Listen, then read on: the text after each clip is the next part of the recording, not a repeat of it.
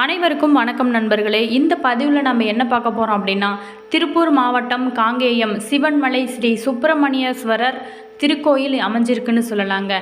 இங்கு ஆண்டவர் உத்தரவு பெட்டி வைத்து வழிபாடு செய்யப்படுவதாக சொல்லப்படலாங்க. முருகப்பெருமான் பக்தர்களோட கனவுல சில பொருட்களை ஆண்டவர் உத்தரவு பெட்டியில் வைத்து பூஜை செய்யுமாறு உத்தரவிடுறாரு. அந்த பக்தரும் நேராக கோயிலுக்கு சென்று தன்னோட கனவுல வந்ததை அந்த கோயில் நிர்வாகத்திடம் சொல்கிறாரு. இவர்கள் சொல்வது உண்மையா என்பதை அறிந்து பூசாரி பூ போட்டு உத்தரவு கேட்கிறாரு. அப்போது வெள்ளை பூ வந்துட்டா ஏற்கனவே வைத்து பூஜை செய்யும் பொருட்களை எடுத்துக்கிட்டு இவர் சொல்கிறத வச்சிருவாங்க. இந்த மாதிரி சிகப்பு பூ வந்தால் அந்த பக்தர் சொல்லும் பொருளை மாற்றி வைக்கக்கூடாது அப்படின்னு அர்த்தமாக சொல்லப்படுது. இந்த வகையில் நம்ம இந்த வீடியோவில் நம்ம பல சுவாரஸ்யமான தகவல்கள் சிவன்மலையில் இப்போ என்ன பொருள் வச்சுருக்காங்க அப்படிங்கிறத பற்றி பார்க்கலாம். இந்த வீடியோ உங்களுக்கு பல பயனுள்ள தகவல்கள் தரும். நீங்கள் இந்த வீடியோவை ஸ்கிப் பண்ணாமல் கடைசி வரைக்கும் பாருங்கள். வீடியோ பிடிச்சிருந்தால் லைக் பண்ணிவிட்டு கமெண்ட் பண்ணிவிட்டு ஷேரும் பண்ணிவிட்டு இனியவள் சேனலை சப்ஸ்கிரைப் பண்ணிவிட்டு கூடவே பெல் ஐக்கானையும் கிளிக் பண்ணிவிட்டு வாங்க வீடியோக்குள்ளே போகலாம். அதே மாதிரி நம்ம ஒரு பொருளை வைக்கப்படும் பொருளானது நாட்டில் பல்வேறு தாக்கங்களை ஏற்படுத்துன்னு சொல்லலாம். அந்த வகையில் நவம்பர் 12 சிவன்மலை ஆண்டவர் உத்தரவு பெட்டியில் அகல் விளக்கு வைத்து வழிபாடு செய்யப்பட்டது. கடந்த 9 சிறிய கலசத்துடன் கங்கை தீர்த்தம் வைத்து பூஜை நடத்தப்பட்டதாக சொல்லப்படுது. இந்த நிலையில் உசிலம்பட்டியைச் சேர்ந்த பக்தர் குடும்பத்தினர் சார்பில் ஒரு பொருட்கள் வைக்கப்பட்டது. அது என்ன அப்படின்னா, கங்கை தீர்த்தம் வைக்கப்பட்ட 9வது நாளில் பொருள் மாற்றப்படுறாங்க.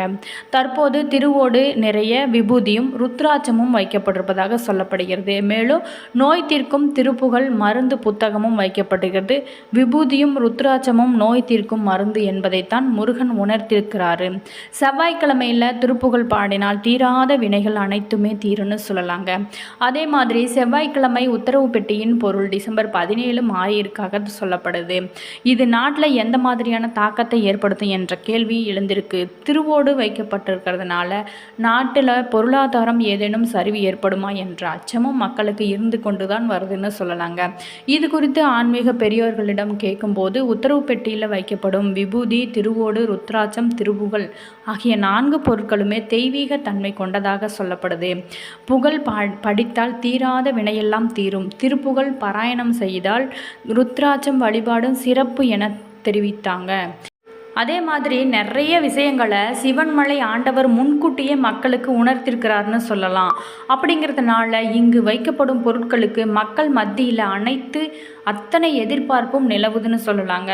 அதுபோல் பருத்தி, இளநீர், மஞ்சள் உள்ளிட்டவை வைத்து பூஜை செய்ய சொன்னபோது படுபாதாளத்தில் இருந்த அவற்றோட விலையில் உயர்வு ஏற்பட்டு விவசாயிகளோட வயிற்றில் பால் வார்க்கப்பட்டதுன்னு சொல்லலாம். அதுபோல் கொரோனா தொற்று காலத்தில் மஞ்சளை வைத்து பூஜை செய்ய சொன்னபோது நாம் கொரோனா தொற்றிலிருந்து தப்பிக்க மஞ்சள் தூளை நிறைய பயன்படுத்தினோம். மஞ்சள் ஒரு கிருமி நாசினி. இப்படியாக பல்வேறு விஷயங்களை இந்த உத்தரவு பெட்டியானது நமக்கு உணர்த்துதுன்னு சொல்லலாம். சிவன்மலை உத்தரவு பெட்டியில் கடந்த 1 மாதத்துக்குள்ளே 3வது முறையாக பொருள் மாற்றிருக்குது.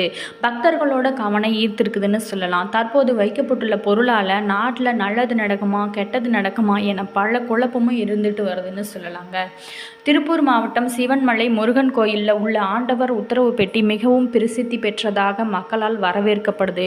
இதில் வைத்து வணங்கப்படும் பொருட்கள் நாட்டில் முக்கிய தாக்கத்தை ஏற்படுத்தும் என்பது பக்தர்களோட நம்பிக்கையாகவே இருந்து வருது. இதுபோல் கடந்த காலங்களில் பல சம்பவங்களும் நடந்திருக்கு. தண்ணீர், துப்பாக்கி போன்ற பல பொருட்கள் வைத்து வழிபட்ட போது சுனாமி, போர் போன்றவை வந்திருக்குன்னு சொல்லலாம். இதுபோல் பல பொருட்கள் வைத்து இதுவரை வணங்கப்பட்டிருக்கு. இருந்தாலும் சமீப காலமாக சிவன்மலை ஆண்டவர் உத்தரவு பெட்டியில் வைத்து பூஜை செய்யப்படும் பொருட்கள் அனைத்துமே அதிக முக்கியத்துவம் வாய்ந்ததாக சொல்லப்படுது. சிவன்மலை முருகன் பக்தரோட கனவுல சென்று குடிப்பிடும் பொருளை அந்த பக்தர் கோவில் அர்ச்சகரிடம் தெரிவிக்கிறாங்க. உடனடியாக அர்ச்சகரும் பூக்கட்டி போட்டு இது உண்மைதானா என முருகப்பெருமானிடம் உத்தரவு கேட்கிறாரு. அப்படி உண்மை என உத்தரவு வந்துட்டா உத்தரவு பெட்டியில் ஏற்கனவே வைக்கப்பட்டுள்ள பொருளை அவங்க எடுத்துட்டு தற்போது பக்தர் சொன்ன பொருளை அந்த பெட்டியில் வைத்து வழிபடுறாங்க ஐதீகமாகவே இருக்குதுங்க. மீண்டும் அடுத்த பக்தரோட கனவுல சென்று சிவன்மலை ஆண்டவர் மற்றொரு பொருளை வைக்க சொல்லும் வரை முந்தைய பொருளையே அந்த கோயிலில் உத்தரவு பெட்டியில் வைத்து வழிபடுவதாக சொல்லப்படுது. இந்த ஆண்டு நவம்பர் 12 மண் அகல் விளக்கு வைத்து வழிபட்டதாக சொல்லப்படுது. டிசம்பர் 9ஆம் தேதி மண் விளக்கு மாற்றப்பட்டு சிறிய கலசத்துடன் கங்கை தீர்த்தம் வைத்து பூஜை செய்யப்பட்டு வந்தது. இந்த நிலையில் உசிலம்பட்டியைச் சேர்ந்த பக்தர் கனவுல ஒருத்தர் சிவன்மலை ஆண்டவர் சொன்னதன்படி தற்போது திருவோடு முழுவதும் திருநீர் நிரப்பி வைக்கப்பட்டு அதன் மீது ருத்ராட்சம் மற்றும் நோய் தீர்க்கும் பதிகம் அடங்கிய திருப்புகழ் மருந்து புத்தகமும் வைத்து வழிபட்டு சிறப்பாக வரப்படுகிறதுன்னு சொல்லலாங்க. கங்கை தீர்த்தம் வைத்து வழிபட்ட 11 நாட்களிலேயே திருநீர் நிரப்பப்பட்ட திருவோடு ருத்ராட்சம் திருப்புகழ் புத்தகம் மாற்றி வைக்கப்பட்டதாக சொல்லப்படுது. பக்தர்களிடம் அதிக ஆர்வத்தை ஏற்படுத்தி இருக்குன்னு சொல்லலாம். விபூதி, ருத்ராட்சம், நோய் தீர்க்கும் திருப்புகழ் ஆகியவற்றின் மூலம் முருகப்பெருமான் எதை உணர்த்துகிறார் அப்படின்னா, நாட்டில் இதனால் எந்த மாதிரியான தாக்கத்தை ஏற்படுத்தியிருக்கு, இது பக்தி ஆன்மீகம் சார்ந்த விஷயங்களை குறிக்கிறது அல்லது வேறு ஏதாவது விஷயத்தை உணர்த்துகிறதா என்பதுதான் தற்போது பக்தர்களிடம் எழுந்துள்ள மிகப்பெரிய கேள்வியாக இருக்குதுன்னு சொல்லலாம். இது பற்றி ஆன்மீக பெரியோர்களும் கேட்டபோது திருவீடு, திருநீறு, ருத்ராட்சம், திருப்புகழ் ஆகிய 4மே தெய்வீக தன்மை கொண்டதாக சொல்லப்படுகிறது. இவைகள் முருகப்பெருமான், சிவபெருமான் இருவருக்கும் உரியவை. திருநீறு அணிந்து திருப்புகழ் படித்தால் தீராத வினைகளும் தீரும். தற்போது சிவன்மலை ஆண்டவர் உத்தரவு பெட்டியில் வைக்க உள்ள இந்த பொருட்களால் வீடுகளிலும் கோவில்களிலும் பக்தர்கள் இறைவனோட அருளை பெற திருப்புகழ் பாடல்களை பாராயணம் செய்கிறது ரொம்ப நல்லது. ருத்ராட்ச வழிபாடு செய்வதும் மிக சிறப்பு வாய்ந்தது அப்படிங்கிறத உணர்த்தியிருக்குது. இந்த 2025க்கு முன்னாடி இங்கு மண், துப்பாக்கி, ஏறு, கலப்பை, ரூபாய் நோட்டு புத்தகம், சைக்கிள், அரிசி, மஞ்சள், இளநீர், தங்கம், சர்க்கரை, கணக்கு நோட்டு, பூமாலை, இரும்பு சங்கிலி, ருத்ராட்சம் என பல்வேறு பொருட்கள் வைத்து பூஜை செய்யப்பட்டிருக்காங்க. அவ்வாறு பூஜை செய்யப்படும் பொருட்கள் சமுதாயத்தில் ஒரு தாக்கத்தை ஏற்படுத்தி வருதுன்னு சொல்லலாங்க.